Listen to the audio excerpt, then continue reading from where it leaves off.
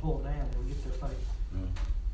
Don't tell anybody that. Thank you, sir. We're live also, that matter. Well, she ain't giving me the cues. Once again, that's first commerce bank. We're here in Fayetteville. Walk out backwards if you go out the door. We do have a little silliness in us all, okay? All right, we'll get started. Welcome everyone to our 1 o'clock candidate interview today. I'd like to welcome everybody here. We specifically like to welcome and introduce Dr. Miles Hebrard, who's joining us today. We really appreciate you coming, Dr. Hebrard. Thank you for the opportunity to join you today in Fayetteville. I think it'd be appropriate if I introduce everyone.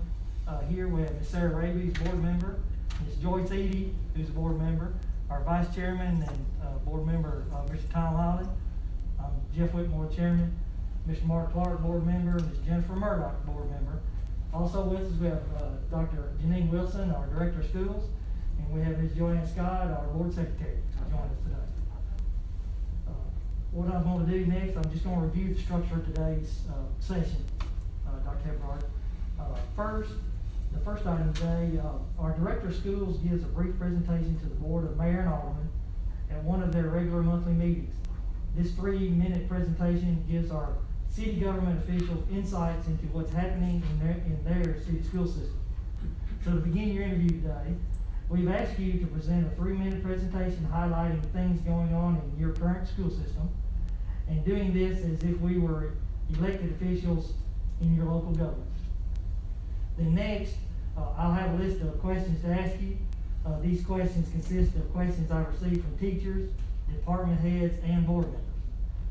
After I'm finished, each board member will have a question to ask, their own question. Then once you've answered each of their questions, the interview session will be complete. And just one item before we start, I need to mention we are meeting today under the requirements and guidelines under Governor Bill Lee's executive order, the State Comptroller's Office, and the CDC. Due to the health and safety concerns from the coronavirus, we are live streaming and video recording today's interview session for public consumption. So if you're ready, we'll begin. All right, here we go. Good afternoon, Mr. Mayor and council members. Today I'm here to present to you some information about Oak Ridge Schools. Cover that. And so obviously when you think about Oak Ridge Schools, you think about excellence. We are built on excellence, and when we talk about excellence, we talk about academic excellence, we talk about educator excellence, we talk about learning environment excellence, we talk about stakeholder excellence, and we talk about operational excellence. And so as we are built in Oak Ridge Schools, we are built on the 7 keys. And the 7 keys are very important to our role in Oak Ridge Schools. And the one that we will highlight the most is key number 7. And this says that all students will participate in advanced placement, dual credit, dual enrollment, industry certification, military preparation, or work-based learning by high school graduation. With that, I came today prepared to be able to share with you some information about our AP courses and all those things in key number 7. Those that are highlighted in red are the additions that we just added this past year. So you can see that we had, and through your support, that we've had a great run with a lot of AP courses, and we continue to add sections because the students need those academics. In terms of dual enrollment and dual credit, you can see again in the red and underlined those that were added just recently this past year for those students to be able to take part in and be able to be successful in. When we talk about CTE and the college, career, and technical education part of it, the last 3 are technically in red. Those that have been with us in the last 3 years. We just finished up the 3rd year with our Navy Junior ROTC.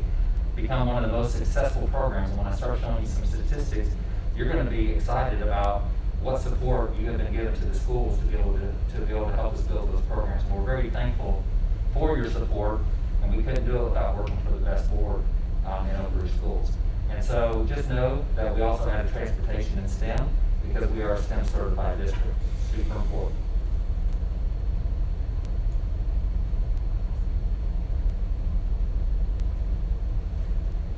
Industry certifications. And what I want to highlight here is the fact that we highlight the students on the wall.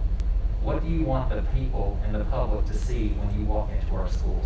And so These are the number of industry certifications that we were able to achieve last school year, and obviously we highlight those. That was a new record, 310 total, and for the 19-20 school year, I was obviously hope to surpass that due to your support.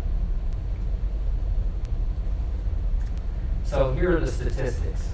I can give you all the classes that we've added, and we can talk about different students, but these are the real numbers. And so over the course of the last 5 years, you can see how we have increased our percentage of participation in those 5. Okay? And again, in the last 3 years, we've started documenting the work-based learning, the junior ROTC, and also the industry certification. So that's why the numbers began to rise, because we provided opportunities to those students who needed another avenue to be able to be successful in life. And so not all students obviously are going to college. Some are going to join the military. Some are just going to be a part of their community and contribute by working in their societies and their communities. And so we went from 72.7% all the way up to 94.46. So with that, we still have some work, because if you notice that key 7 said all students will participate. And so that last column, the 15.22% participation in the work-based learning, that is both for students with disabilities and without disabilities. So in closing, even after you think about the numbers, let's put some faces with it. And so these are our work-based learning locations. And again, when we talk about offering these opportunities, these are both for students with disabilities and without disabilities. And this young lady has achieved, she worked 2 work-based learning jobs, 1 volunteer and 1 paid, and currently is employed at IHOP full-time upon graduation. And some more students and some more work-based learning locations, which I have been instrumental in making sure that we promote with our special ed population, and also those that are in the CTE program, trying to reach out to our community. And again, when you talk about stakeholder excellence, it's super important to connect with our community and promote those positive things that are going on inside of our school. So I just want to say thank you. I wanted to share some good news with you about our school system with a short presentation with that. And so with that, I'll be glad to take any of your questions. Thank you, Dr. Hayward.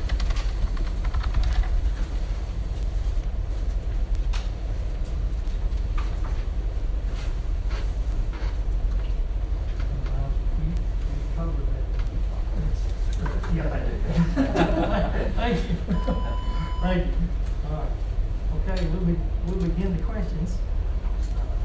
You ready? Absolutely. All right. We'll begin. First question. We as a board do not like to hear things that happen in the schools on the street. How do you plan to communicate with the board? I believe communication is so important for success in any organization. And so communication in my role would be minimum, at least weekly. And when I was a principal, I did a daily bulletin to all my staff to be able to communicate out what was coming up, what was going on that particular day, what we needed to talk about or discuss for PLCs and those types of things. As a supervisor of special education currently, I send out a weekly communication to over 110 staff members. And that is just to be able to share with them what is going on in the SPED world. And it's a one-page newsletter format. It's not a ton of information. I don't like to just grab a bunch of forwards or a bunch of emails. There's nothing funny or comical about it. It is straight to the point. It's the facts that they need to know so that we can be successful in Oak schools. As a director of schools, I believe communication needs to be available daily if it's that important. Like I said, minimal, it will be weekly, so that we can touch base, and that could be in a written format to you all, so that you know what's going on inside the schools. I'm not going to guarantee it'll be one page, it could be longer depending on what is going on. And but obviously if there is an emergency, then obviously I have to either text, email, or give you a phone call. And that will be based on your preference as a board member, because each of us have different ways we connect with each other, and some are more familiar with email, some are more familiar with texting, and some are more familiar with just a good old-fashioned phone call or me on the front porch and let's have a conversation. But it is important that you do not hear things in the community before it comes out of my mouth. All right. Next question. Are you more interested in growth or achievement? How do you view the importance of state standardized test scores for the students and the teachers?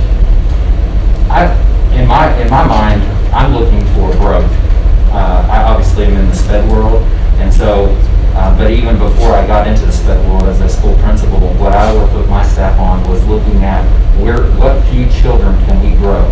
And so when you start looking at who's proficient or who's met that expectation, who's right on the cusp of meeting that expectation, and who's well below, you start taking those numbers and you start digging into it and diving in and finding like, okay, what percentage points did we miss it by?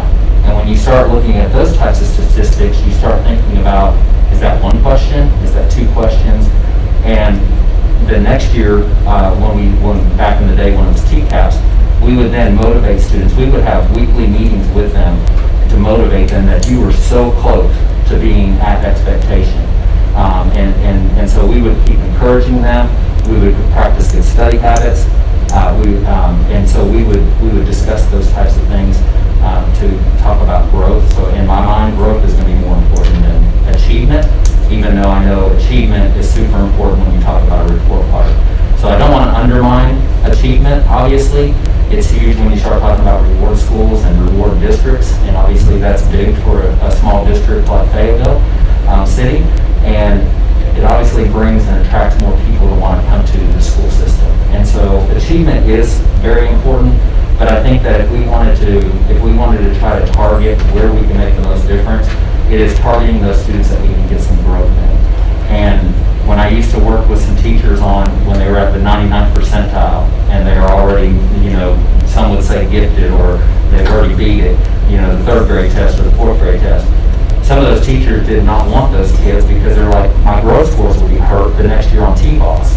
And we would have to encourage and work with staff to share that was on the fourth grade test or the third grade test. There still is room for growth. Now, is it going to take work? Well, every day I walk through the front doors, it's going to be work. Next question. What are your thoughts regarding career and technical programs, and how do you feel they contribute to student success? Do you have any experience you would like to share with us concerning oversight of successful CTE programs? My first career in education at Clinton Middle School, I began as a 8th grade math and algebra teacher. And I was asked to go down and take on a CTE program called Project Lead the Way, which you all currently have in Fayetteville City. I believe in my first interview I shared with you that I piloted one of the first programs to come to East Tennessee, and that was the aerospace program. And they flew me to Houston for 2 weeks, and I got to build everything, blow up everything. So guess what I took back to my classroom? Those ideas, and that's what I loved about bringing in all those students. CTE is so important to a school system because not all students are going to go on to college, 4-year, 2-year. And CTE offers an opportunity for students to be able to get involved hands-on in other fields that when they walk out of that high school, they honestly are going to make more money than some of us in the business world. And so I would encourage CTE.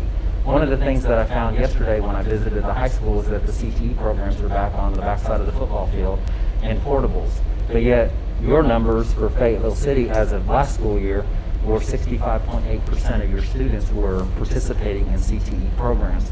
That's a high number of your students, and so we have to build successful programs and provide facilities that are conducive to that learning environment that these students need. Cosmetology, FFA, or agriculture. And one of the things I asked about the agriculture is where's the shop door? Because when I was in FFA, way back in high school, we had a shop door with tractors sitting in the back and trucks that needed to be worked on before they went out to the field. And so I've had experience with those both as a high school student and then as a teacher at Clinton Middle School. And currently, I'm also interested in your criminology, your criminal justice program. I think that is super awesome.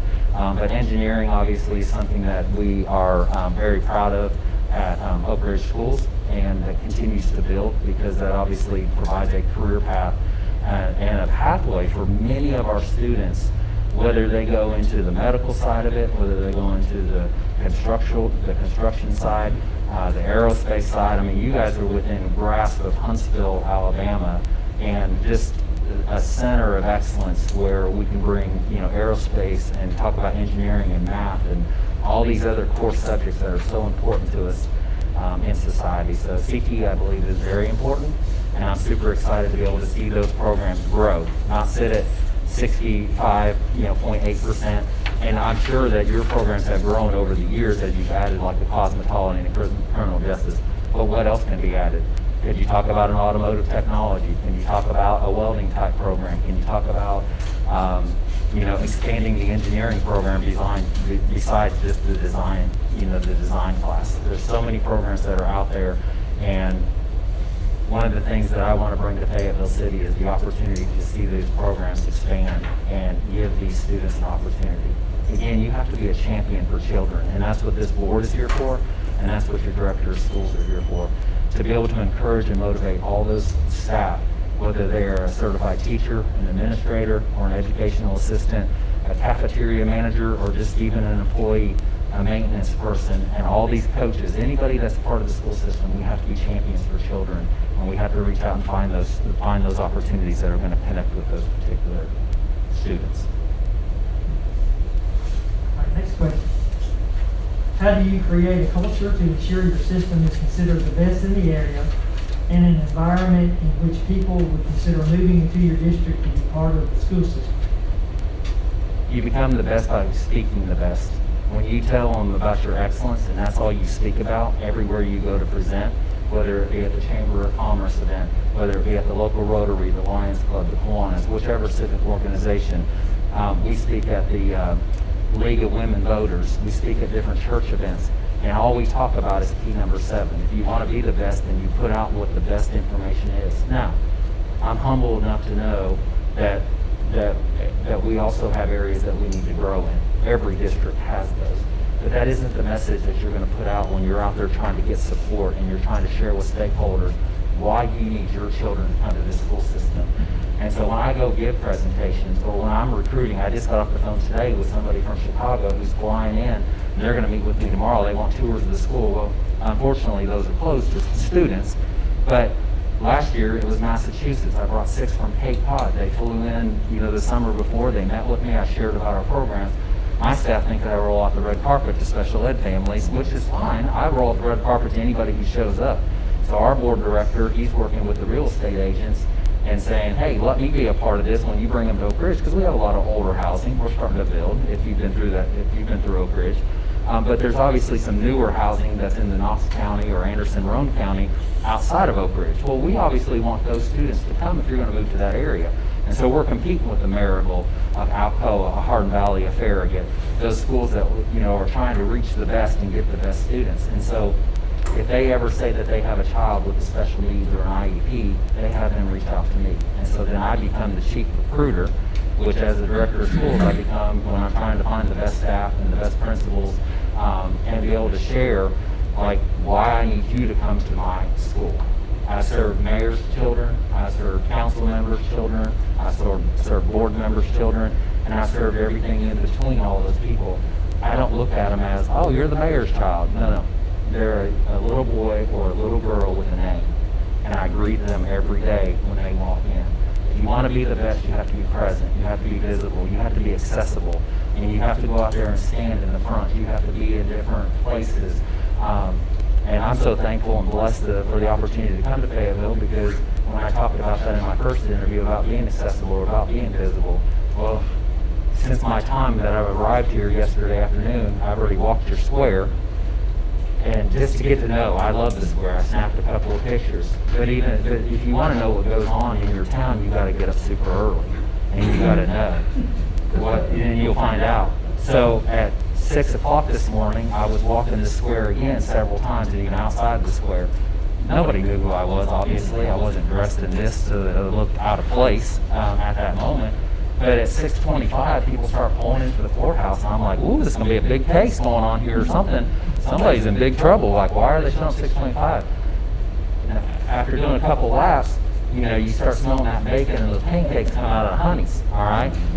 I guess they opened at 6:30, but those grown men and grown women were at that door at 6:28. Now, some of you may have been there. Now, nobody knew who I was. But again, I just wanted to make my presence known so that I could walk around.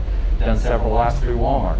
Not always going to be my favorite place to go, but But here's the thing: Walmart can be a stakeholder. They can be a partner. They got $500 scholarships. And if you don't think I don't go after those in my local community, So I love Walmart, all right? I've been to the food land down here. I walked through it and just to see it. So it's that. If you want a director of schools that you want the best going on, then you need a director of schools that's visible in your community, that people know, like, oh, that's our director of schools. He doesn't go outside. He doesn't go to Huntsville, Alabama to go do his grocery shopping. He doesn't go to Nashville to do, his furniture shopping or any other shopping. Your community needs to know it's the best, because I know that I understand too. I asked the dynamics at Hampton Inn last night, and I talked to Jax and Karen. Karen had 2 students that went through the system back in the 90s. Jax just graduated not too long ago. His father's a principal up in some other community. It's not even with Lincoln County, but it's another community. And they spoke very highly of the city schools. He graduated probably 6-7 years ago, and they all spoke very highly of Fayetteville City Schools. But I also seen that Lincoln County High School is sitting right there. And so how do you partner with them potentially, or how do you, I'm not working for them, I'm not trying to grow them, but obviously in a small community like this, when you've got part of that system in your city and stretching out, how do you work together and you attract the best students to come to your system? And so the message has to be clear. This is why you want to come to Fayetteville City Schools. Next question. How do you build traditions for a school, especially for a high school that is relatively new? Yeah, that's an interesting concept. I heard a little bit about that, and obviously the growth, even under Dr. Wilson's leadership there, and I think Mr. Jones was the principal there during that expansion. So some interesting concepts, have come out, from that. But how do you build tradition? You make people feel welcome when they come in the front door. And you start, again, talking about the excellence. You build upon some of those traditions. And something I read in one of your articles talking about over 100 years ago is this word, timeless standards. Okay, talking about the excellence in academics, the excellence in sports, the strong discipline within the school. And again, when you talk about those traditions, that's what you build upon. You don't have to come through and make big changes or great change. Now, obviously, the high school has some room that it can grow. If you're attracting the best in recruiting and anything in recruiting, it's just sharing the great news about Fayetteville City. And guess what happens? They're just going to show up because they want to be a part of that puzzle. You have some great things going on. I'm amazed that you've got a football field being redone right now. I actually got in before I even met any of your staff members yesterday. I actually got a short tour of the gymnasium and snapped a picture of the bleachers pulled out in the underfloor. And I was talking to those 4 boys that were doing the floor, and I'm telling you what, you have some super excited young men who are doing your floor. I didn't grab their names, but they were super proud, and they said, you know what, Fayetteville City is family. Because the young boy, one of the ones with the long beard, he said, my daddy, runs this business, and he said we treat everybody like family. They didn't know me from anything. I came in a shirt. I just asked if you were staff, and I said, can I take a peek in? But that's how you build traditions, is you make it inviting, and you continue to build upon the things that Fayetteville High School is known for, and you promote it. If you're not promoting what you're doing great in your community, and even outside of this community of Lincoln County, outside of this, Middle Tennessee, up into Nashville, over to DC, out into California, overseas. And if you don't think that's where we got with Oak Ridge Schools, I mean, there is a global reach. You have to have a local, a state, a regional, a national, and then even a global reach for your school system, and that's why they show up. All right, next question. What would you look for when hiring administrators to lead schools? Well, I learned a long time ago before I became a principal that if the superintendent or director of schools hired a good principal, 80% of their job was already complete. And you have to find effective administrators who are willing to have hard conversations, who are willing to dive into data, who are willing to be visible, who are really willing to be accessible. It isn't always about discipline. I got to meet some great administrators in your school system. Miss Jean, I know she was just introduced as your new middle school principal. I met her last night. Mr. McCormick, I know he's got 1 year under his belt, and I know he was an assistant at the middle school before that. Obviously, Dr. Jones, she's your seasoned veteran right now in admin. She's getting ready to start her 6th year. And so you have a younger crowd that's in there. in admin, which is fantastic because there's some new ideas, some innovative ideas. And I noticed that you already have hired some of the assistant principals. And I like there was a blurb on one of the employment. I kind of popped on there when I was looking through your webpage the other day, and it said, preference will be given from within the system or something like those words. And I like that because in Oak Ridge in the last 3 years, I started a mentor leadership course because I truly believe that there are resources, all the best resources are already inside Fayetteville City for your city system. All right. Now, do we need to attract and recruit and steal, as what we would say in Oak Ridge? Absolutely. We do need to attract and recruit them because we might have some that are retiring or that truly need to be replaced because they're ineffective. But for administrators, if you can target and you can begin mentoring these individuals, these men and women who truly want to take on leadership. Leadership is not for the faint of heart. I remember the day, and like I said, in 2007, when my principal asked me to go back to UT to get my principal certification. Listen, I was living the high life as a teacher. I just won a national winter award with ING, and they flew me out to the Arizona Biltmore, and they handed me a $27,000 check for my extreme makeover program. I was taking students all over the U.S. for hurricane relief. I took kids down after Hurricane Katrina. We were building playhouses for kids in our area who had lost their parents to cancer. I had it. I was in a comfortable place. I could still probably be there. I mean, I left over $60,000 in my account for Clinton Middle School. It wasn't my money. It wasn't ever for me. The reason writing these grants and the reason trying to be the best at what you do is you put it out there for the community and the world to see. And guess what? They want to be a part of you. And they want a piece of that pie right there. And so it was for the students. The news was never about me personally, all those news stories and things like that. Or the newspaper articles, it was about highlighting what the students did. And so it's super, when I went back and got my admin licensure, and then the superintendent calls me in and says, you need to go be the principal of the largest Title I elementary school in Anderson County. That was a lot. Again, I shared with you, I was 32 years old, getting ready to turn 33. There were people in that building that had more years of experience than I was years old. But I took it on. I took on the challenge. I loved every minute of it. And so I was mentored by some great mentors, and I continue to be mentored. And so I think that mentoring is such a huge opportunity, even within your district, so that you can promote. That builds longevity for those that are in your district, and they want to. You talk about retaining some of the best, and mentor them, and let them know, you know what, there is opportunity. It isn't about messing up and moving up. I've been in one of those districts before, okay? And so we can't, just because you mess up, then you get to move it. No, we've got to mentor, because even at the central office level, I mean, when I say that Oak Ridge steals the best, I was humbled and honored when they came after me from a different district and said, we want you to lead that special ed program. And in 5 years, we've turned that around with 4 new vans for the work-based learning, with more students moving in on IEPs, and which is fine. We tackle those challenges as they come in. We also enjoy that BEP money, to be able to serve our students. And so I believe that hiring great administrators is a challenge, but a challenge worth the undertaking, because it's for the benefit of our students. And again, hiring from within, or finding people who truly are seeing children as champions, you're going to get more people who want to come to that particular school. So I'm excited for the administrators that you currently have in place.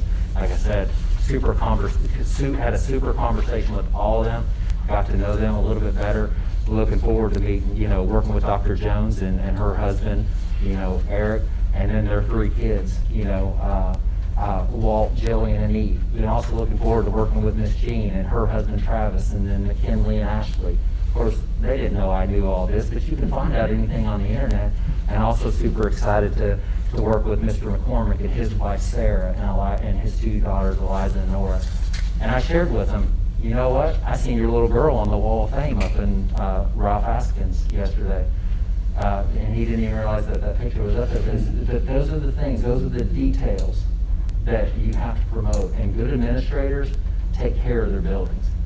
People are going to know what's expected in your building by what isn't inspected, all right? those buildings, and I know every one of them, when they gave me a short little tour, they said, please don't look at the mess, because obviously they're cleaning rooms. And I said, that mess is music to my eyes. I love the mess because it's like mowing grass. You get to see the success after it's done. It's going to all put back together, and hopefully children are going to come back in and sit at those desks. But they walked me through some of their areas and talked about some of the things, and I'm super excited. Okay, next question. Technology is important to our district. What are your feelings toward the use of technology by students and teachers, and how important do you feel it is for the overall system? In addition, given the current circumstances, distance learning has become a major topic for school leaders. Fayetteville City Schools will be rewarded a large sum from the CARES Act. If chosen to be the director of schools, give us your ideas on how you would navigate use of those funds. Thank you for that question. Technology is huge. It connects us to the world. It gives us instant access. But technology hurts us because it gets out faster than we can communicate it sometimes to the people that need to know before it's out on Twitter or out on Facebook.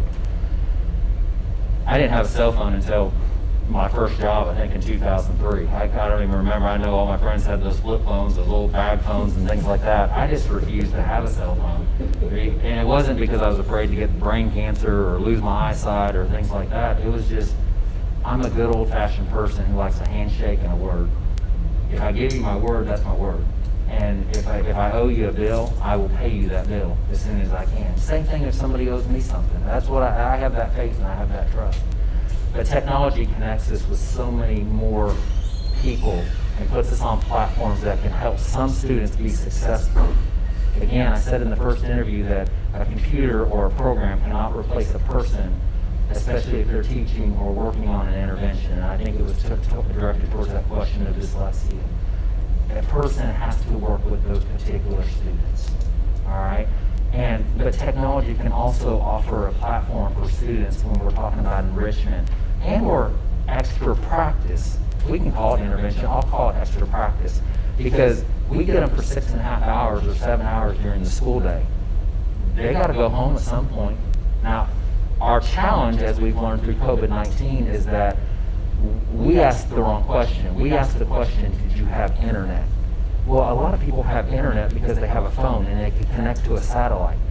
The question should have been asked, do you have reliable and effective Wi-Fi? Because it's not about having internet, it's about having the Wi-Fi so that you can connect to the people that need to get in touch with you or to be able to access that information. And so I think with the CARES money, you know, some of the things, some of the ideas, I obviously wanted to work with Dr. Wilson and her team on trying to understand what the needs of the system are, the current needs. But I would also suggest to you, when you start talking about technology, it's hard to do a one and done. And you may have done that. I understand you're one-to-one with all Chromebooks.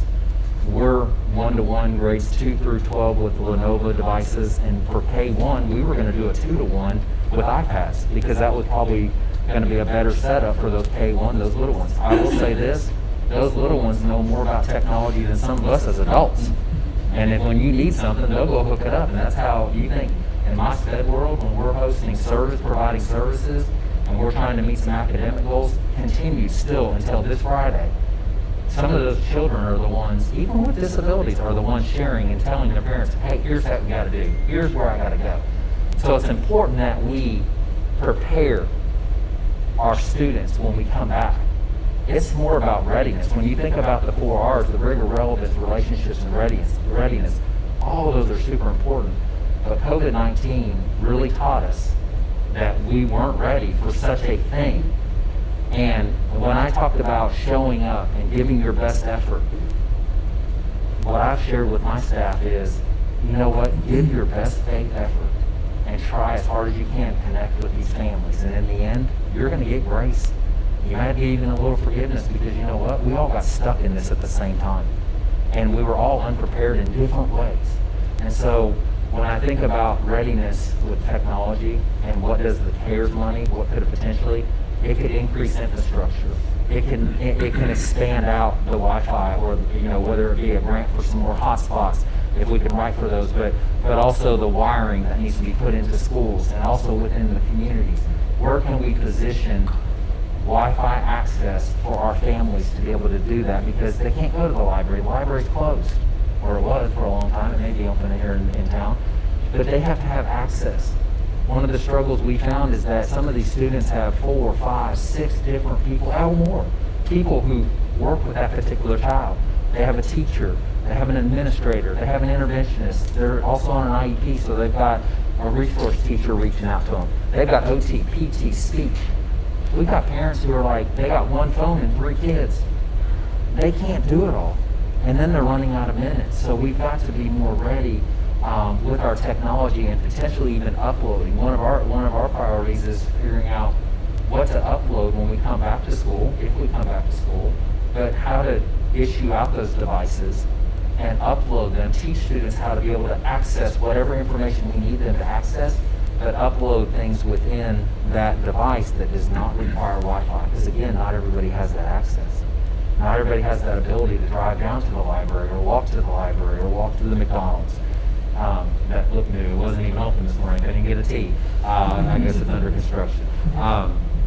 But that's where I think some of the money needs to be put in. And I'm not going to say it all needs to go there, but also as these machines fail, I don't know what the infrastructure looks like. Do you only have enough devices for your current setup? What if you got 100 new kids? What if in the device turn-in situation, you lose 100 devices? That's huge.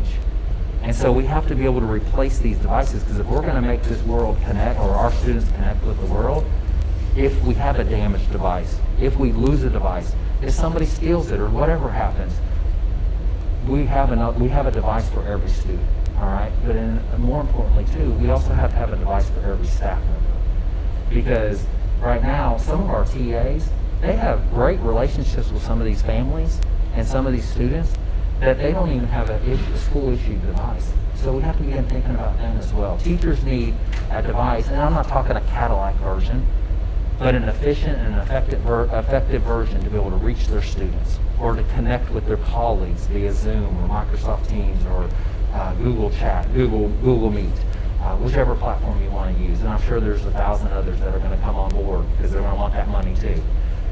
I know in our district we're going to have to buy Zoom Pro. We love Zoom and it's fine. Zoom's been there, but Zoom Pro, you know, supply and demand. Zoom's price was probably here. They said, hey, try it for free, and you already know what's going to happen. The price is going to go up here because now they're going to start charging come July 1. So you have to think about those things. But I just always think about the replacements. I think about those students with disabilities. Whether they're CDC, resource inclusion, those students need a device too. Because in my system, what we've worked towards, we just wrote a grant. We got 30 new iPads last year. They turned into communication devices. Because I have students who cannot verbalize what he or she needs to anybody. But yet, we might have some behaviors. All that behavior is them asking for something. They're trying to communicate to us. And so we put in pro quo on all those devices, and guess what? Those things go back and forth to home. We train the parents how to use it, and that students expect it. That's how you communicate when they go to the grocery stores, everywhere. Next question. The amount of homework students are assigned is a nationwide topic of controversy. What is your opinion on homework, and what do you feel is appropriate or best practice for both students and teachers? So I should just have you go call my 5th grade team as the principal at Claxton Elementary School, because that was a hot topic. You get 2 hours of, in 5th grade, and I had a pre-K 5, 5th grade, and Oak Ridge were K4, so we're set up very similar to what Fayetteville City is. But I talked with my 5th grade team because we rotated classes. I was trying to prepare them for middle school. So they had an English teacher, a reading teacher, a math teacher, a social studies teacher, and a science teacher. Well, lo and behold, you got that one teacher that wants to give them 2 hours of homework. And it doesn't matter if a student doesn't know how to understand one problem, why are you going to assign them 50 problems? It's all you're going to do is fail them. And I had a real conversation with my 5th grade team about, do you know what failing does to a student's, mindset? And even just, you're trying to come back and encourage them with yelling at them, or you're going to be a failure. Again, they're in 5th grade. They're 11 and 12 years old. How are we predicting their future? Now, for some of them, I understand they come from broken homes, but it doesn't mean they're not a student who doesn't need to be loved and cared for. And so when you're assigning 2 hours of homework in one class, and then the next teacher gives them 30 minutes, and the next teacher gives them an hour, some of these kids have no time to go outside and play. And guess what kids need to do? Guess what I need to do sometimes? Go out and hit a golf ball. And I haven't done that in many years, okay? Or swing a hammer and build something.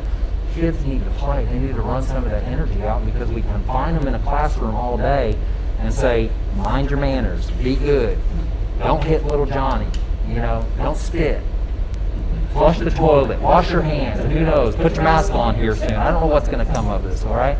But all we do is negative, negative, negative. We harp on them, and sometimes they need that positive to go out and just ride a bicycle, bounce a ball, get grass stains on their clothes, you know, whatever it is. And so homework is important in the fact that it should be extra practice. All right? I think that an acceptable amount of extra practice does not mean that you need to just say, because I don't want to teach, hey, here's 50 problems, go do it at home. Please leave me alone, I'm going to sit behind my computer. That's not acceptable. Because again, guess where the best learning happens? Inside the classroom. These kids go home and they don't have a teacher. And a lot of parents have found that out right now during this closure, haven't they? Because they're reaching out to the teachers and saying, will you come back? Will you come to my house? Where can I drop my kid off? I get those calls too. All right?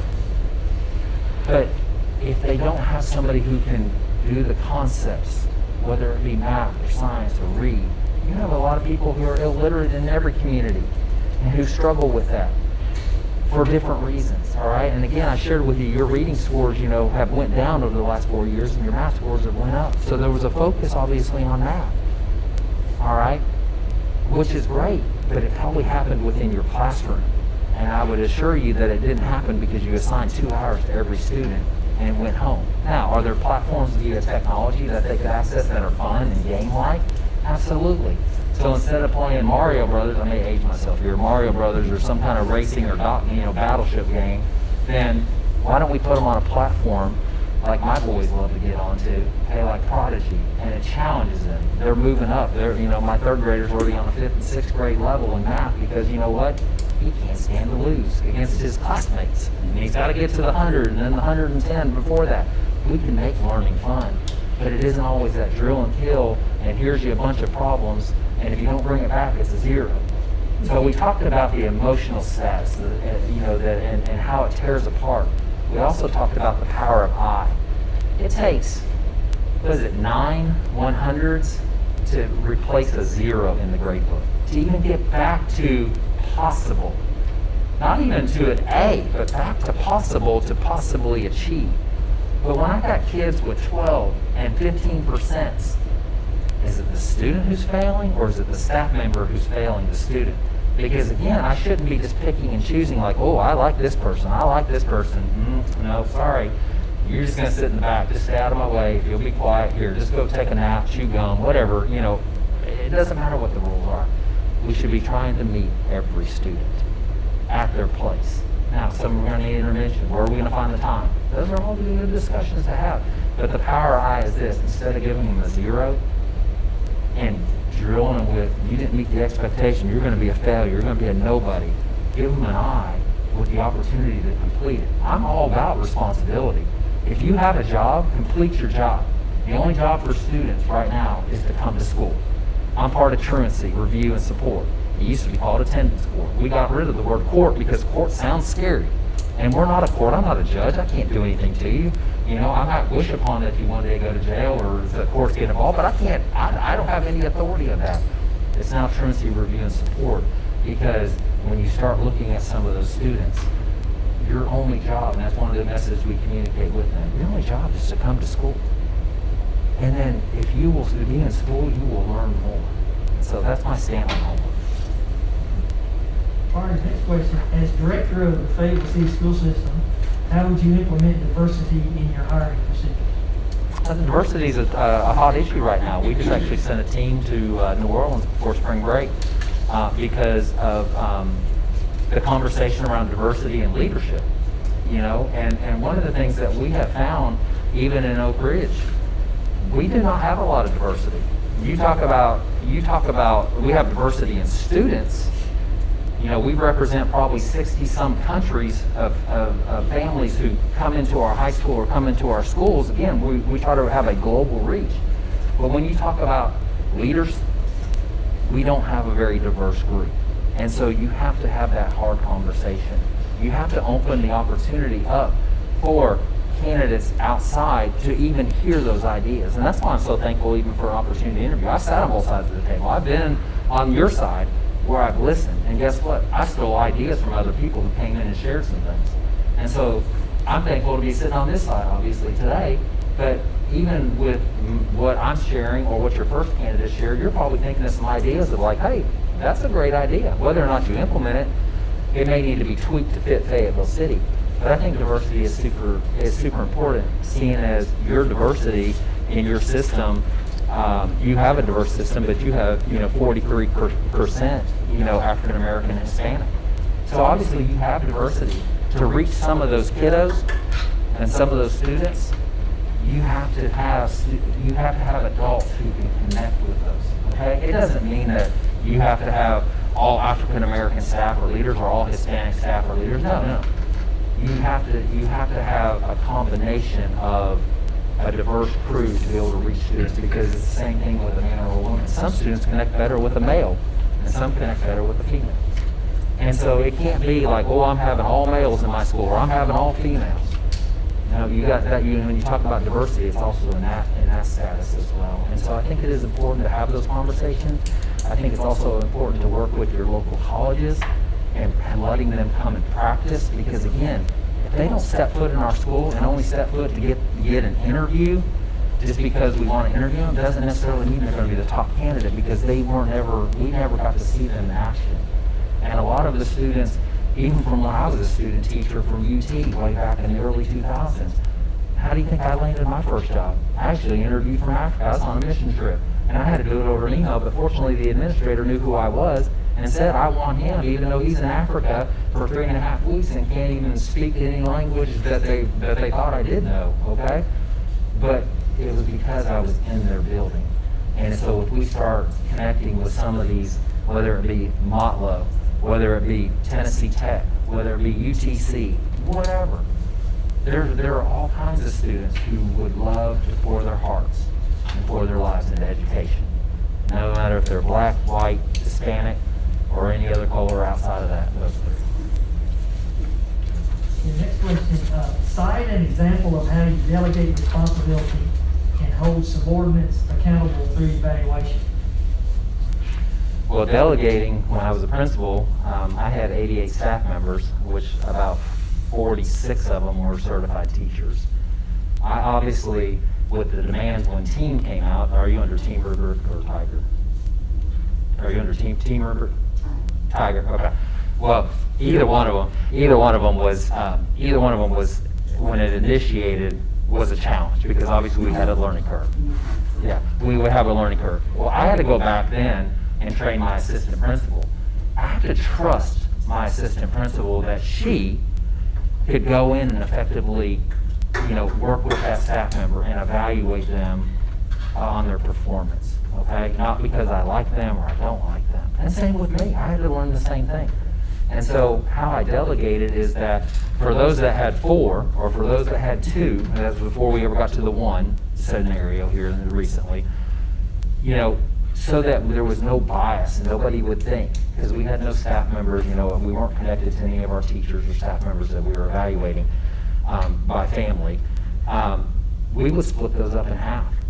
And so it was important so that way, because my conversation was different than my assistant principal's conversation. Like I said, I hire people smarter than me, all right? I have a skill set and the wisdom to be able to do these things over here. I hire somebody smarter who can do these things, and guess what? We complement each other and we cover the whole gamut, okay?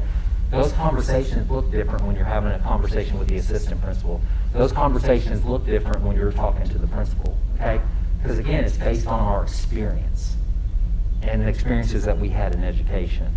And so that's where I would talk about delegating, and when I talk about the team rubric, but about holding subordinates accountable. Behavior you do not confront, you condone. And that's huge. If you're not willing to confront and hold people accountable, including your director of schools, then nobody knows to change those things. Nobody knows that growth needs to happen, or that there is something bad being said, or something bad may have happened, all right? And holding people accountable is something obviously I do several times a year. I won't say a lot, it's not a lot. We have great teachers. Every system has great teachers, but you also have a few who try to ride that line of like, can I get away with it? Can I not? And I've always said, when you start that documentation process, they're going to do one of two things. They're either going to step up or they're going to step out, because they know the writing's becoming on the wall. And it's not that the door's open. My style is this: I'm going to call you. I'm going to call you first, and then I'm probably going to come visit you because I'm a people person. Now, it isn't going to be hostile. I'm going to try to coach you up. I'm not a coach in any aspect, okay? I feel like a coach some days. I coach a Little League, all right? Just 1 year, okay, this past year. But it's one of those things where you got to coach them first, because you know what? I want that staff member to be successful. I'm not coming in saying, get rid of all that side of the room and let's keep this side of the room. No. I want to try to coach them first. But after I start coaching you, the next time I'm going to put it in I'm going to send you just a nice little email. Remember, or just a reminder that we're working on this. And it could be documentation just from my conversation of coaching, depending on what it was. But it gets bigger than that, okay? The next time it's going to be a formal meeting where there's actually written documentation that goes into somebody's file. And again, that's where somebody's going to step up or step out. So that's how I hold people accountable. Next question. We have many capital projects underway currently. Explain any experience you have in overseeing such projects and how you will ensure the board that successful completion of these projects will remain a top priority. Capital projects is huge, obviously, for a board, because once you start something, you want to see it done. But obviously, sometimes different people have different ideas of what they want, and so I think that there needs to be a priority put together. Is it roofs? Is it ACs? Is it a new building? I mean, all those things obviously would be nice. In our district, we use ESG funds. Okay, we have an ESG, an energy savings grant. And one of the things that we have done, and what I love about what our director of schools does, and his leadership, is that money is then returned back to the building to be able to do upkeep in the building. And so when you talk about putting a new roof on, well, we had these energy savings, and I want to say it was something like $3 million this past year. I mean, with 9 buildings and a central office of maybe 10 buildings. You have no idea how much these lights get burned outside of anybody ever needing these lights or this air conditioning. And so we set those temperatures where they can be kicked off. And all that savings then goes back into the building fund, so that you're not always asking the taxpayers, hey, can you raise it a cent? Can you raise it 10 cents? Because obviously, for many of you, you probably want to be reelected. And that's a hard conversation. Same with the aldermen and the board of mayor there. And so right now, we just got done completing a $10 million preschool building. That was something that took over 2 years to probably even get through to the council members and the mayor, that then became a reality. Now, the opening was supposed to be in March, and obviously it's been pushed to this next school year. My part in that was meeting with architects and sitting down with the team and talking about ADA, talking about how we're going to serve students with a disability, whatever disability is. How are you prepared for a student who might come in a wheelchair? How are you prepared if you get an explosive child? What kind of sensory room are we going to develop? Where are we going? How safety? Obviously is very critical, so that when we enter and we do a speech-only child or an OTPT session, how do we make them feel welcome, but yet don't give them access to the rest of the children, and make it inviting and those types of things? So all that came into play when the design came up over 2 years ago, and we have a beautiful $10 million facility that has been built that can be expanded on a piece of ground. And you talk about diversity, it's built in a part of Oak Ridge that, there was community meetings. They came to the board and presented. They found 2 sites. They did a study with the police department, because one of the sites, the community was like, oh, I'm not driving to that side of town. Do you know what the crime is like on that side of town? And the other site was in an older neighborhood, who then came and said, well, we don't want that in our neighborhood.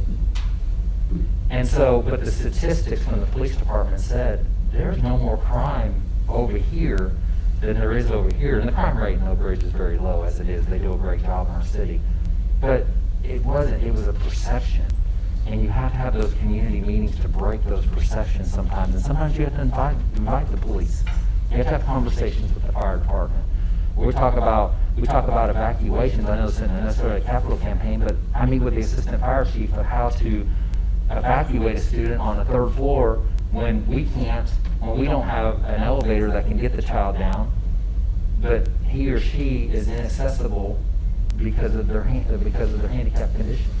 And so we develop plans. What does that look like? Those begin conversations on what do we need to add to our stairwells? Do we need to purchase other things? Do we need to put in phone systems? That's going to cost some money. All right. How are we able to evacuate those students? Because again, if you're a champion for children, you care for all students. Okay, this is my last question. It's a scenario. So if you need a little extra time to get your thoughts together, it's all fine. It's all good. All right, here we go. Mr. Smith is a successful principal in your system. Miss Appleton is a counselor in his building. A parent calls you and accuses Smith and Appleton of doctoring a few students' GPAs. How would you handle this? What steps would you take? And if the accusations prove true, what would be the outcome for Smith and Appleton? Great scenario. Not a fun one to deal with, obviously. But the first thing I would do is take the phone call from the parent, and I would let her know that I hear her concern, and I would document and put in notes, take some notes of what she is accusing the principal and the counselor of doing. I would also ask her to put that in writing. Sometimes when you ask somebody to put something in writing, they will, or they won't, because you know what? Maybe it didn't happen exactly the way that they perceived it. Now, if it's something like that, and especially with the GPA, there should be evidence. In our district, we use Skyward. I don't know if you use Skyward, Star, or Black Skyward. There would be evidence. You have an IT department. You got a great IT department sitting right behind me here, okay? They can obviously track and trace when things were entered, if things were changed. So you're going to know very quickly, like, is there something to the story? Now, this is going to happen before I even go have a conversation with the principal or the counselor. But I will have a conversation quickly at some point, probably within about a 24-hour period, especially if I can get that information, with the school principal and let them know that a concern has come across my table. And I'm very concerned because if they're perceiving that, then what happened? But there's always two sides to every story. You got this side, and then somewhere in the middle is probably the truth, okay? It may have been misperceived. At first, I'm not going to communicate who the parent is. Now, if it comes in writing and your policy states, because in many of the districts that I worked in, if something comes in writing, you have, I think, 24 hours to present that document to them. So it's going to depend on what the situation is. In this particular scenario, DCS does not need to be called because it had nothing to do sexual nature or abusive in nature in terms of to a body, all right? This is an internal issue with the school system. A conversation we had with the counselor, a conversation we had with the principal separately, because honestly, I'm trying to figure out what actually is the truth and what actually transpired, because honestly, sometimes this may have gotten jumbled up or misconstrued by the time it got home, or an assumption was made by a parent because a GPA changed. Well, did something get entered? Did a teacher fail to get something done on time and something was entered at a late notice after a grade card had went out? Was there an inaccuracy? I mean, those are all things that need to be looked in. Maybe a number was just mistyped in there. Maybe instead of a 57, it should have been a 75, which would obviously adjust it barely, but it would adjust it a little bit. Or maybe it was a 9, it should have been a 95. That's huge, you know, and that's a big discrepancy. So all those things would take place. I would lead that because that's a serious conversation. But I would also then follow up with that parent. That's super important. When we talk about being heard and listened to, parents, stakeholders, staff members, students, I'm part of all these advisory councils even in my own district, and I only host 2 of them. That's the Advanced Learners Parent Advisory and the Special Ed Parent Advisory, but we have a host of others. We have a PTO Superintendent's Council. We have a Students Superintendent's Council. We have a Staff Advisory Council. Those are places that people can connect with those in central office, and especially the superintendent. And that's very important. These parents need to be heard. And if they're willing to write down something, if they're willing to make a phone call because you are accessible, then you have to be willing to make that phone call back. Or a visit, set up a meeting to be able to share any information that you're allowed to share. Obviously, there's some information that may not be able to share. And obviously, if it was a misunderstanding, that would be the best case scenario. Worst case scenario is it actually happened. And it does. I'm sure it does in every system. Somehow some get caught, some don't. It depends on how the parent feels about sharing. And so it's important that if it did happen, that obviously documentation is noted. Because that could be a serious offense.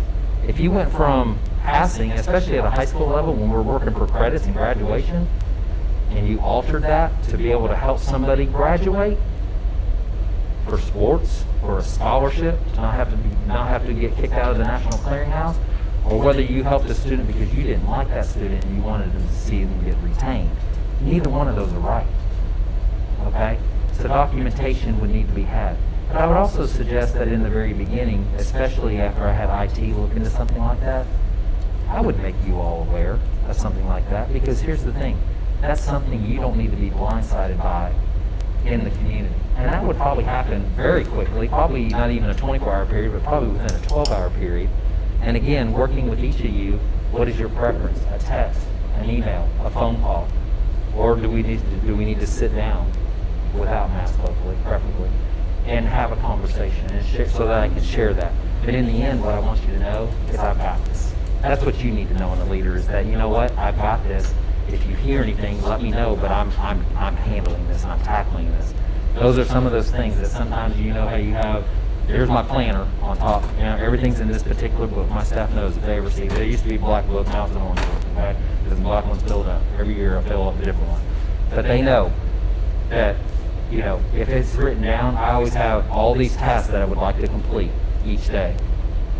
But it's something of that kind of statute or nature, it might take precedence. And guess what? 3/4 of this to-do list didn't get done that day, because you know what was important? To try to figure out what happened, because I need to save face for that principal and the counselor, because if it's not true, I don't need that parent going out here and spilling a bad message. Again, it's talking about being the best. But that parent will be thanked for calling and sharing that concern, and again, maybe even invited to my office to have a conversation, to be able to share the results of that I can. That's how I would handle this scenario. All right, we're going to move now to the individual board members have their own questions, and first up is Mr. Holly. Thank you. Glad you're with us tonight. Thank you for the opportunity. Fayetteville City School System has not had a serious problem with discipline among students because our teachers, principals, and administrators acted quickly and authoritatively. What will be your policy to maintain an effective discipline of students, and what is your policy on employee misconduct? Thank you for that question, Mr. Holland. For students, I think when you recognize the positive, those that are even making poor choices sometimes want to be recognized too. And I noticed that was something that I believe in your strategic plan, how to recognize students even outside of the school system. All right? Now, discipline is just one thing, and I've done different things. I've done different incentives within my own school when I was a school principal. But I'll say this, we're all human. As I try to tell people, and as you'll probably hear in my closing, I sin from the time I wake up probably to the time I go to bed, okay? I make mistakes, I'm human, all right? So for the student who gets bumped out or kicked out of a classroom because he or she didn't act normal, and I don't know what normal looks like in education, then I would have them come down and sit with me and have a conversation. And you know what they didn't need? They didn't need to get beat up anymore. They had already heard it in the classroom. They're already at wit's end with even the teacher, and the teacher's at wit's end with the student. And so sometimes I would have them sit with me for 20 or 30 minutes so everybody can calm down.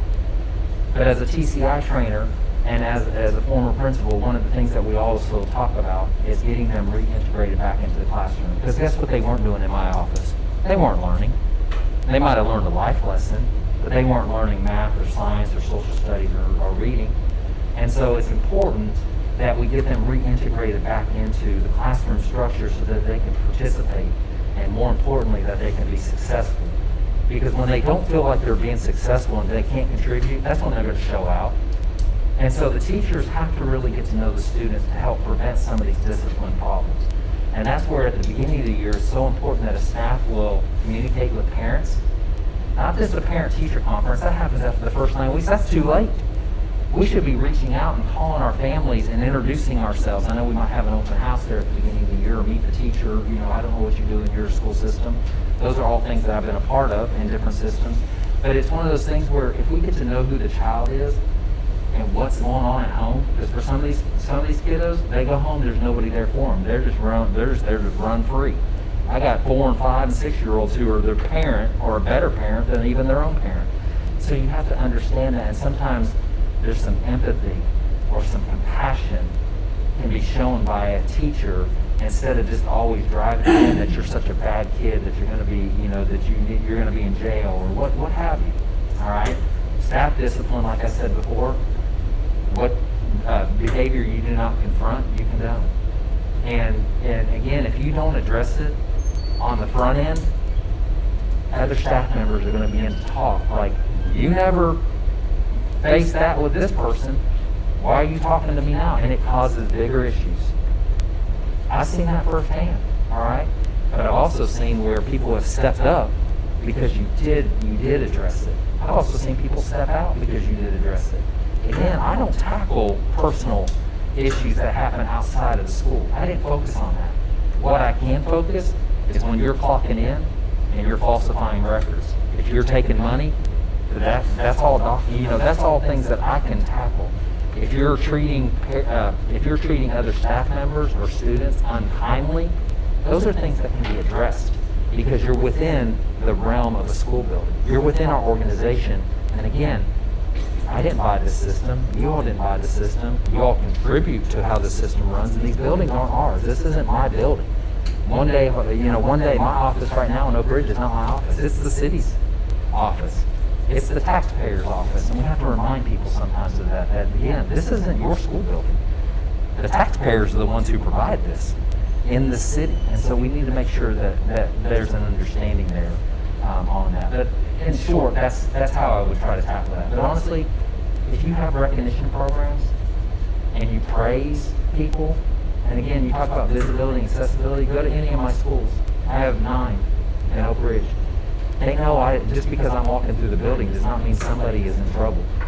I have conversations. I try to help overcome obstacles. I know student names. I know parents because I sit in IEP meetings. But I also know I can speak to that child before the IEP meeting because you know what a parent wants to hear? Tell me what little Johnny did well. Tell me what little Sarah is awesome at. And when I can speak to that, guess what? Parents will buy into what you want, and even when you have to make the hard phone call. One of the things I did at Claxton Elementary School is each semester, fall and spring, the teachers, in my last 2 years, I was young, I didn't do it at the very beginning, but my last 2 years, my teachers had to call on one positive they could call home. And they had the whole fall to reach all their class loads, so they had 22 students. I didn't have the expectation to get it done in a week, get it done in a day. That's not reasonable, and that's not reality. But in the fall, find one good thing that child did, even if it was the hardest child. I'm not going to say it's not even the worst child, because that's a bad word to call kids, okay? It may be a difficult child because they don't have the discipline and the structure and the upbringing that maybe some of us had, all right? But it is about, if you find that one positive, that parent is going to love it. Because as an administrator, I used to send them cards for their birthday. I would reach out in the car line and say, you know what? Here's what I seen your child doing. And of course, I knew their name. I knew what they drove up in. Yesterday, Mr. McCormick, we walked out of the middle school. I said, is that your Jeep right there? I got to know what everybody's driving, okay? Because I want to know when you pull in that driveway, who I got coming up to talk to me, okay? And it's not always a bad thing, but I learned their cars. So I knew who was going to pick them up, but who I could talk to as well. But you need to share those things so that when you do make that tough call, that parent's going to respect, you know what? that principal or that teacher's not just looking for the bad. Because I've dealt with that before. Huh? That's how I'd answer that. Thank you for that question. All right, Ms. Joyce, you're next. All right, good afternoon. It's glad to see you, Preston. My question is, if you become the director of Fayetteville City Schools, will you be open to a feasibility study of adding JROTC and culinary arts to our curriculum? And please share with us any pros or cons that we may have with the incorporation of these programs. Thank you for that question, Stevie. It's a great question. The answer to your question is yes and yes. All right? There is no no's in my vocabulary, for the most part, okay? Now, where are we going to find the money to be able to pull this off, all right? And I understand. I've seen a successful program being built. When I was in Anderson County Schools, we had 2 high schools. There was one junior ROTC at one of the high schools. We bused some of the kids from the other high school over during the day for a career and technical education and then the ROTC program. Obviously, you have one city high school. I understand that you got a county high school that's within your city limits. There's possibility there, but I'm not here for Lincoln County schools, okay? I'm here for Fayetteville City. Can a junior ROTC program be had? Absolutely. Oak Ridge Schools didn't know if they were ever going to get it. We just finished the 3rd year. And you've seen some of those numbers. It's something to be effective. You may have literally 40 or 50 students that started in the 1st year. I'm going to tell you that right now, that enabled junior ROTC program, I got so many parents who want their kids in that program because of the chief. All right, and that's what we just call him. He's chief. But how he grew that program, again, we have financial difficulties too. I understand we may pay well, and there may be lots of DOE money. It doesn't mean it comes all to the school system. We have those difficulties.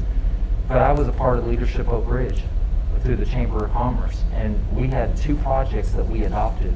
One, because I wanted to serve those adults with disabilities, and so we built them a garden, the flower beds, so that they could garden. We raised them up off the ground for those adults that were in wheelchairs, and so that they could participate in that garden activity and plant plants and then learn how to cook and things like that.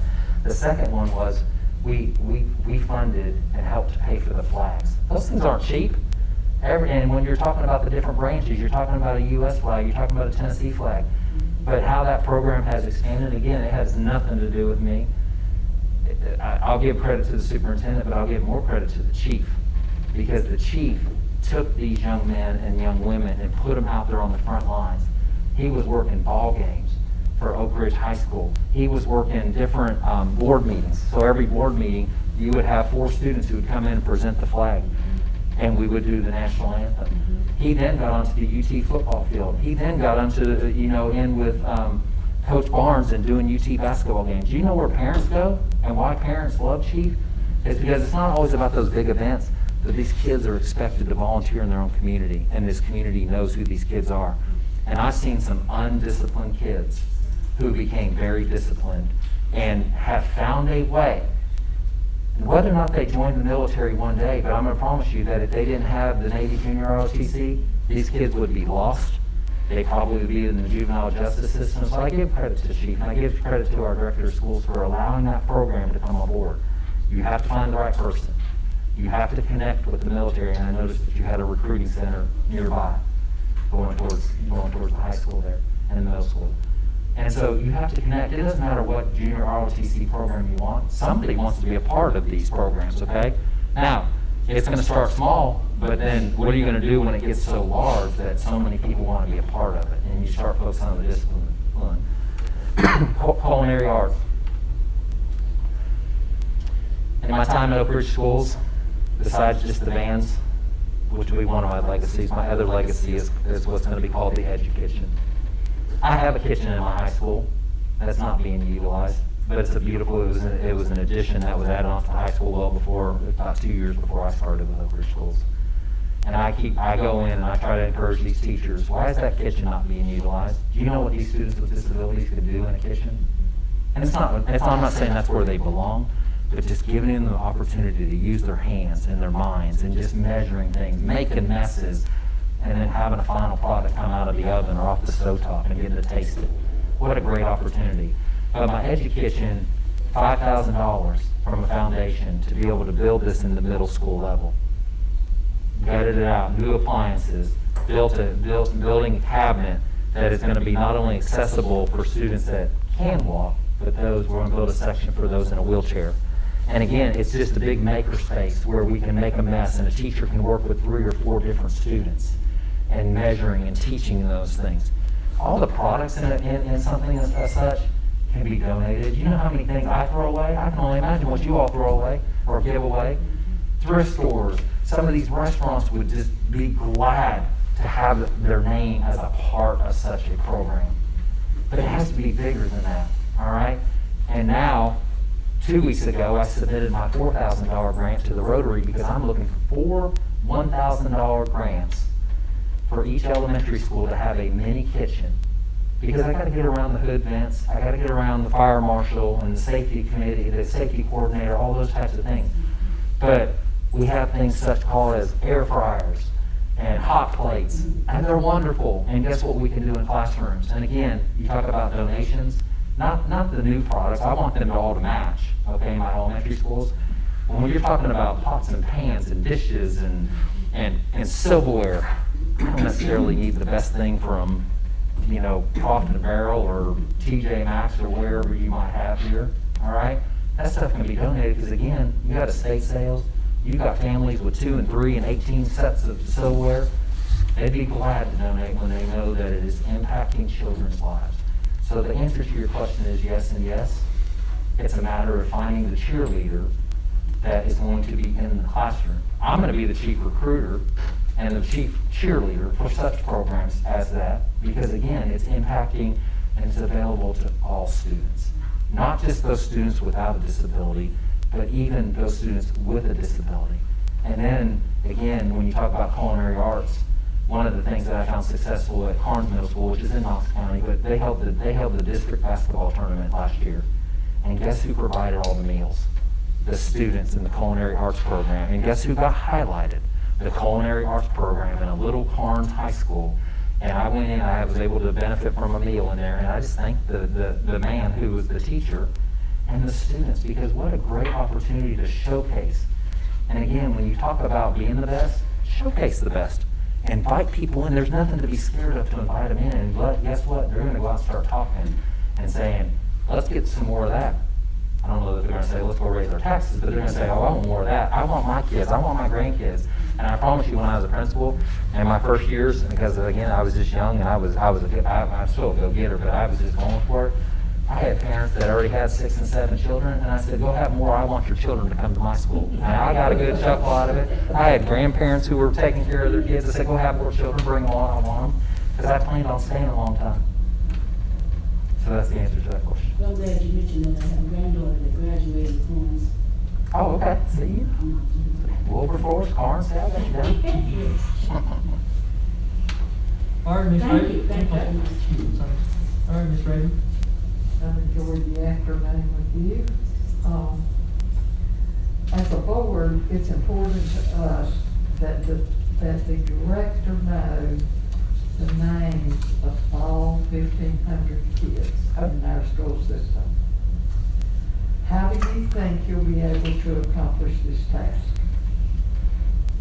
Thank you for that question, Ms. Raven. That's a challenge accepted. All right? It's not hard. I mean, listen, I may not remember your last name, your middle name. You know, eventually I'll start connecting sibling. But I find something that I can connect with. And one of the things that I found as a principal is that when you stood out front and you opened the door and they would say, good morning, Mr. H, guess what I had to figure out? I had to figure out what their name was, all right? Because you know what's more personal than anything?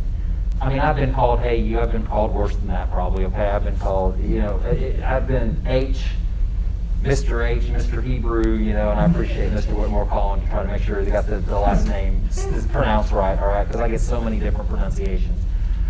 I just shorted H for most of the children, especially the little ones, because it's just easier, all right? But how do you get there? Is you make yourself visible. You're in the hallways. You walk down the hallways. You go and read in classrooms. And it doesn't have to be National Reading Week or Read Across America Week. That is every week. And one of the things, even when I became a supervisor, that's what I volunteered. Once a week, I would go into a different classroom and read. I had the school contact me and set up that so I could work it into my schedule. That's important. If you want children to know who you are and you want parents to know who you are, then you got to get out of your office. You got to get outside from behind the computer and not just on TV or in the newspaper. You got to be out there with the students, all right? And so being at the bus loop, unloading buses, opening car doors, being at open houses, being at basketball games or football games, and more importantly, because I know those are the two biggest sports in any community, they have those programs, but being at volleyball games and softball games and swimming and tennis, okay, and all these other sports. And I apologize if I missed some, because I know some of these coaches are probably watching like, he's getting rid of my program. I'm not getting rid of sports, I promise. Again, you don't touch balls, bands, or buses, okay? That's just the death of the director of schools. But you have to be at all those, because you know what? Those parents and those students value enough to try out for that particular team. But beyond sports, what about the FFA competitions? What about joining the first priority? I was interested in reading what that was about. That was awesome, you know? And again, some of your things on your webpage are just so enlightening. And I love the webpage. And so your director has done a really good job at encouraging people to put things out, because guess what? If you want to know why parents come to your schools, some of it is because of what's on the webpage and how they find you. It's not all because of the webpage. A lot of it is because of what goes on inside your school buildings and the people who care. But that's how you get to know everybody's name, is you become part of award ceremonies. And guess what? That's an easy way, because I can start calling out names. You know how many names I butchered and chopped up in my time? I used to have a 5th grade graduation. That was also something I wasn't supposed to screw up, all right? And screwing up meant that you canceled it, and you shouldn't do. And it's hard, okay? And I understand COVID-19 is different. It's well before COVID-19. I know there's been obstacles. But you all have done a fantastic job in recognizing your seniors, all right? But a director of schools can be part of that. All right, and that was something that I heard from Mr. Jones last night. He was talking about Dr. Wilson, you know, being up on stage with him during graduation. And those kids, she would hug every one of those kids. And that was something that he shared. And I wouldn't know unless he told me that, okay? Because I've never been to one of your graduations. I've never watched it on YouTube. I don't even know if it's on YouTube. All right, but she hugs every one of those students. And it was super impressive that he said that, because then he also said he hugged or shook the hand of every student, okay? Depending on what was the comfort level. I know it's different for men and women, but that's impressive. That's a great director of schools, because you know what? They're visible, they're approachable, but they also know every child. And a lot of the children she's probably been with, okay, pre-K all the way up to graduation. And she's seen some move on. Some do great things, and some do some not so great things, and everything in the middle. But again, she's a cheerleader, and she's a champion for children, all right? And so that's how you get to know every student's name. And then you start learning every parent's name, or connecting the two. Because if you show up to PTO meetings and become part of those, when you go out and become a junior pro coach or a little league coach, like I was in basketball, my boys just wanted to, can you coach that? I don't know how to coach anything, but I have 4- and 5-year-olds. Sure, I can coach them. Well, that was fun, all right? There's no YouTubes of that, because I don't know that you won't be in here today if you've seen that, okay? But it was fun. I had a blast with the 4-, 5-, and 6-year-olds, all right? But that's how you get to know them, is you're part of the community. And again, when the parents see you out in the community, at a grocery store, when they see you out at some of these different events, the festival, the Slaw Burger Festival, or the county fair. Back in FFA days, trust me, the county fair was the best thing in town. And I understand in Lincoln County, the county fair, I'm surprised you even had school. I was looking at your calendar to see you all shut down. There are some districts who shut down for the county fair. That's probably going to be a request at this point, all right, if I'm chosen. But the county fair is somewhere where you go and you're seen, you're visible. You go to cookouts, and sometimes you might get invited to a family reunion, all right? You show up in church, and that's something that's big in my life, is showing up at church, because guess what? There are youth, and being in a small town like this, Fayetteville City, you also got Lincoln County students. You also got Riverside, the faith-based school students. And again, you're one city. I understand, but I'm here for Fayetteville City, but you know, we unite under one city. That's how it is. Thank you. But what I was going to say, I worked in Fayetteville City Schools for 29 years. Never had a superintendent that they hugged and shoot, and they, vice versa, that they hugged the students.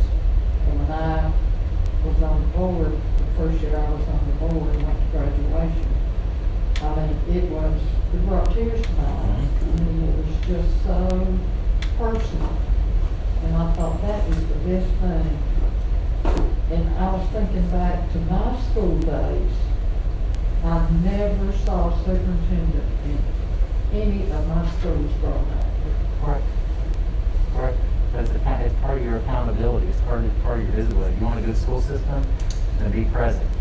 And if you're not present, then how do you become a good school system? So thank you to Dr. Wilson for all your hard work. And I'm not trying to run you out of here, but you know, I can't. When you do have your retirement party, you're going to know the impact you had on your community. And I would just say bring a change of clothes and a bunch of equipment. So. She had high expectations of students, that's for sure. Nothing wrong with I knew that. it. All right, Ms. Murdoch, you're next. All right. Thank you for being here this afternoon with us. Okay. We recently just finished our 5-year strategic plan, which I think you looked at already. And as a board, we set a goal to increase early literacy in the pre-K through 3rd grades. We value the importance of all children starting with that strong foundation in reading. We are targeting an improvement of 60% ELA proficiency, and we'll measure this by using the TN Ready data. Statewide, Tennessee's been struggling with grade level reading proficiency in the early grades, with a state average of less than 37%. Our 2019 ELA proficiency for grades 3 through 5 is 20%. But I don't know, I mean, I have a copy of our data. I don't know if you've probably seen it enough to be familiar, I'm assuming at this point, but Ms. Fuller. This is 17, 18, and 19. If you will take a moment and you can just look at it and then talk to us about your ideas on how to begin improving ELA proficiencies, including your understanding of the science of reading, high-quality teacher training, and support to students with reading disabilities, including those with dyslexia. Thank you for that question, Ms. Murdoch. So when I start looking at data again, and you start dissecting, you start looking at those numbers that you're great at. Because if you're going to have a conversation with the staff, you can't go in and just beat them up. You can't say, oh, look at this 13.9% mastered in 9th grade, you know, all students in high school English. Sure, that number appears low. And again, this is just a quick look. But I also, when I peer over this data, I see a 46.4% in 3rd grade. That's huge. That's huge. Now, there is a great debate, and I threw this out when we wrote our plan, our LEA plan this year, because you said 20% is 2019. I had 27.4 from 2018. That was the data I was privy to. There's a great debate on this. Do you up a number and try to find something that is realistic? And I remember this from the days when I was a principal, when I had data in the 20s or the 30s or the 40s. Let's try to increase it by 2 percentage points, or 1.5, or 3. That's realistic. But the problem is that, okay, let's say we go from 27, obviously you went to 20, but let's say that we say 27, we set our target goal for 30. Do you all want to live with the fact that we're only targeting 30% of the student population, no matter what grade level, to master proficiency? And so what I brought up is, what if we set the number high?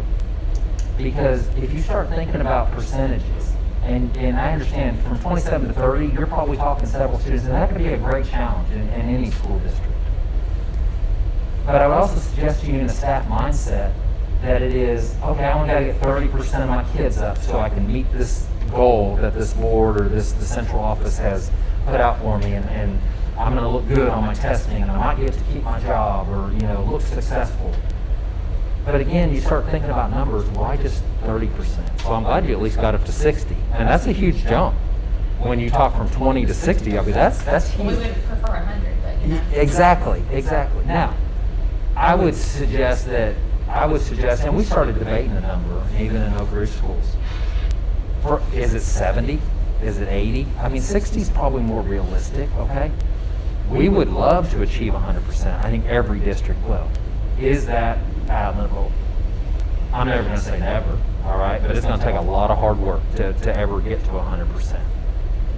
Obviously, that's where the expectation is, and that's where we're trying to achieve with all students. And that's why the number, I think, is important, because in the mindset, If you think, well, I only got to get 30 of my students, and let's say you have 10 students, and I know nobody has 10 students, but that's only 3 students, so which 3 am I going to pick to make successful, and which 7 am I going to set over here and say, just stay out of the way, because I'm going to get these people to mastery and proficiency? That's not fair. That's not fair. And in the end, when you talk about early literacy, and I understand that the new standard that's coming out is that, you know, we either retain a student before advancing them out of 3rd grade, or we show that we provided some type of intervention with fidelity to be able to promote them. We can't just keep students in 3rd grade, obviously. We're going to get log jam somewhere. Your graduation rate's going to go down here. Well, your graduation rate might be fine, but the number of grads that you have is going to go down here, okay? We have to provide those intense interventions in the early stages. Not just K2 or K3, but even beginning in pre-K.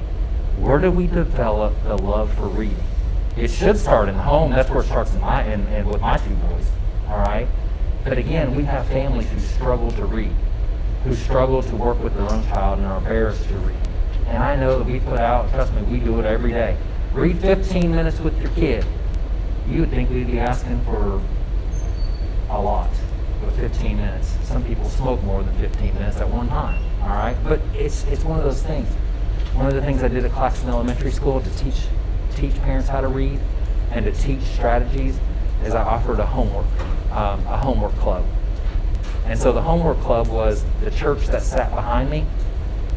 On Thursdays, I had that, what's going to bring parents and students back to your school at nighttime? That thing we like to fill our belly with, right? Food. So the church would cook a meal, prepare a meal. They weren't preaching to them. They just made themselves welcome. Everybody knew that they were the church. And if they wanted to go, that's fine. They could go on a Sunday or a Wednesday. That's up to them. The church was there to love on these families as well and connect with the community. And that's how you connect with some of these families, is you open your buildings, you provide food, you put teachers at the table. I had retired teachers, current teachers, teachers from other school districts who heard about this and came, and we just put it in the cafeteria. So and they weren't running free through my building. I would have a station over here and just a teacher who sat on a mat or a piece of carpet, and we would just turn the school over by 6 o'clock that night and get it set up where they could read with a group of students who wanted to sit. And guess where the parents sat? Right there with their child, to hear how easy it is to read a book. So we've got to train our parents, because it can't all happen in the schools. If you want 60% in Fayetteville City, even if you want 30% right now, we're going to have to get more than just the teachers in the classrooms that are going to help our students. And so it is impactful when we talk about students with disabilities or students who have other obstacles like dyslexia. How do you reach them? Again, a program online is not going to fix all these students. It has to be a high-quality teacher who has been trained, who goes through professional development. And one of the struggles that we have constantly, even myself, I'll own this, you go to these conferences and you get this great professional development, and guess what you don't do? You don't come back and implement what you just learned, because we have too much to do. We have to give teachers time to practice what they learn. If you're going to send them to a reading recovery conference, if you're going to send them to a dyslexia conference, if you're going to send them to the ones in Nashville, I was trying to think of the name, but they're slipping my mind at the moment. But those trainings, or some of those PD opportunities, I know some of those opportunities are just a sales job. They want you to buy another program. We're going to fix all your kids. I haven't seen any school district at 100 yet, so obviously not all those programs aren't effective for all students. You got to connect with students with disabilities. Even though they have a disability doesn't mean they can't learn. They can learn something. They can be productive and part of society. And those parents need to be a part of that. They need to be welcomed into the school so that they can be trained. But professional development is huge. And our district in Anderson County actually mirrored, and that's before I moved to Oak Ridge, they actually mirrored Oak Ridge. So what we looked at, and when I was with Anderson County, is how are they reaching their students with their professional development? And they started doing the early out Wednesdays. So every Wednesday became a professional development opportunity, whether it was a staff meeting, a system-wide day, a collaborative day with other like members of your team, all right? It had to be meaningful, and that's how you reach. Again, you try to find time. You have to make those days off, those professional development days, meaningful. I understand every teacher wants to work in their classroom. There's only so much you can move and do in a classroom, but there's some great things that can be learned inside with professional development, even within our own resources. And if you take the highly effective teachers who are reaching students currently, you can also turn them into mentors for those who are struggling in reaching students. And you utilize your pool so that you're not having to bring in $50,000 consultants and buying $100,000 worth of PD, taken away from the culinary arts program, all right, and making these students effective. But that number is huge in my mind, and I've given a lot of thought to that. What sounds more realistic versus what is appropriate to present to your community? We want 30% of our students to achieve mastery and be proficient in reading. No, we want all students. And so if it's a mind thing, then you need to set that number higher. I'm not going to suggest that it's 100, okay? Because then I think you get a mindset of like, oh, we can't achieve this, let's just give up. I don't want any teacher, I don't want any child, I don't want any parent ever think just to give up. There is hope. And they need to know that they have hope, and they need to know that there is opportunity to have growth. But based on this data, if I were just to dissect this real quickly, I would go into a staff meeting. I would meet with the elementary staff, I'd meet with the middle school staff, I'd meet with the high school staff, and share their results. Here's the thing, they got to own it. So does the director of schools and every other department that serves the director of schools. And you're transparent in a board meeting and say, here's our challenges, and here's what we're targeting this year, and here's how we're going to get there to it. But you highlight some of those positive numbers, and then you share those negative numbers, because here's the thing, you don't have to attach names to it. I'm not going to go in and beat up, I'll use your husband, Mr. Murdoch, for a reading score. I know he doesn't teach reading, but I'm not going to go in and pinpoint a certain staff member. It will become evident when you start sharing data. If it's a third grade team, there's only so many third grade teachers, or a fourth grade team. But in my school, when I was a principal, I always said it's not just on the third grade. It started at pre-K for those that attended, but it starts in kindergarten no matter what, because that's compulsory. All right. And so I made it to where those teachers in K, 1 and 2 took great stock and did everything they could to get those students ready by the time they got to third grade. I wish I could say I got to 100%, but I never did. Thank you for that question. Mr. Clark? Okay, if you are selected for this position, we will begin school hopefully in the early August time frame. By the December break, what would you expect to have accomplished as director of school? I would like to be held accountable with some checkpoints at things, number one, that the board would like to have seen me done. When you talk about accountability, I believe you talk about being visible. Are there so many meetings, not board meetings, I'm not talking board meetings, I know what that expectation is, but meetings with civic organizations, churches, parents, is there a number that you want? I know it's not going to be one, all right, but how many community events can you either host or be involved in so that you can begin connecting as the new director of schools with your community? And if there's something that I would share with you, if I'm selected, that's huge. You have to go and you have to plow forward quickly, because there's no sitting back the first year and saying, I'm just going to let them come to me. There is no coming to me. I'm going to you, and I'll find avenues and ways. And so if that's important to you, then that's what we've got to do as your new director of schools. If it is meeting with staff, what is that number? If there is a number, and maybe you don't have a number, maybe you just want to see results, but I want to understand each of you individually if selected, and I would sit down with each of you because I want to know where your heart is. I want to know what the accomplishments are that you're super proud of, what your challenges are that you see in your eyes, because guess what? If we sit together, some things may go unsaid. May not, I don't know. But I would also suggest that each of you have somewhere where your heart is, specifically in a school or in a system, that sometimes may not even have been expressed yet because it just wasn't the right time. And that's not a knock on anybody in the system right now, but right now you may be facing bigger challenges that just need that attention that right now I just don't want to throw that idea out there, all right?